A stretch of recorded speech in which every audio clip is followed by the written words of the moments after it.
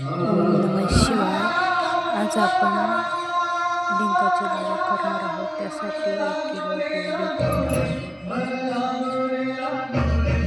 150 gram काजू, 150 gram बदाम घेतले, 100 ग्रॅम डिंक घेतलाय, 3 चमचे मेथी घेतली. मेथी मी कमीच घेतली, कडू लागल्यावर मुलं खात नाही, त्यामुळं मेथी मी कमीच घेतलेली आहे. गॅसवर कढई तापत ठेवलेली आहे, त्यामध्ये साजूक तूप घातले आणि बदाम काजू आपण परतून घेणार आहोत. डिंक पण आपण तुपामध्ये अशा प्रकारे तळून घेणार आहोत.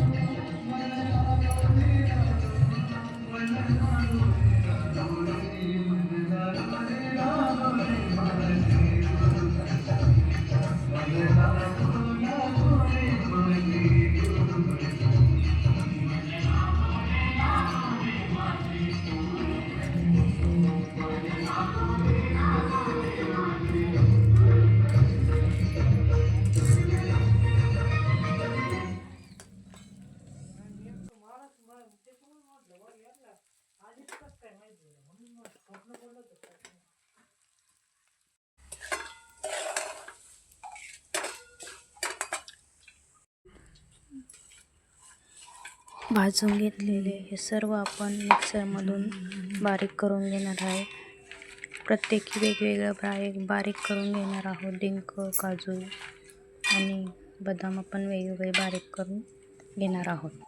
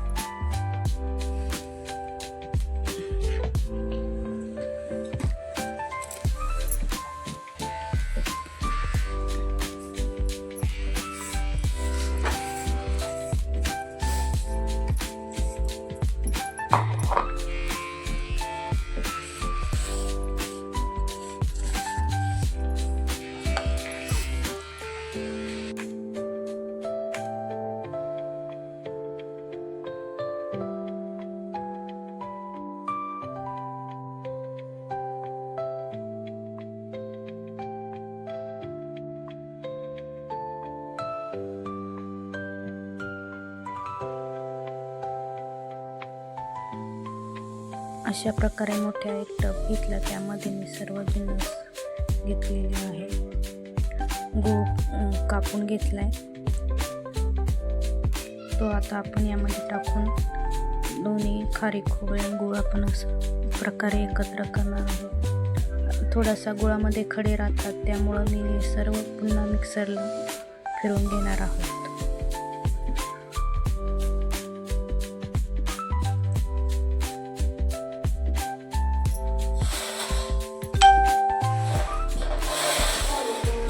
अशा प्रकारे मिक्सरला बारीक करून सर्व एकत्र झालेले आहे.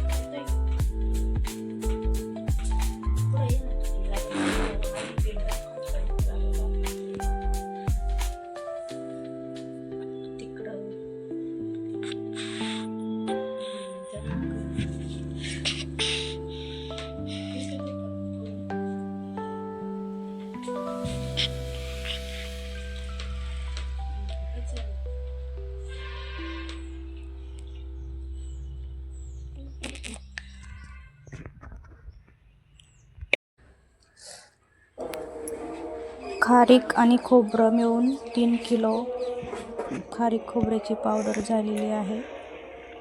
त्यासाठी 750 ग्रॅम तूप लागलेलं आहे मला.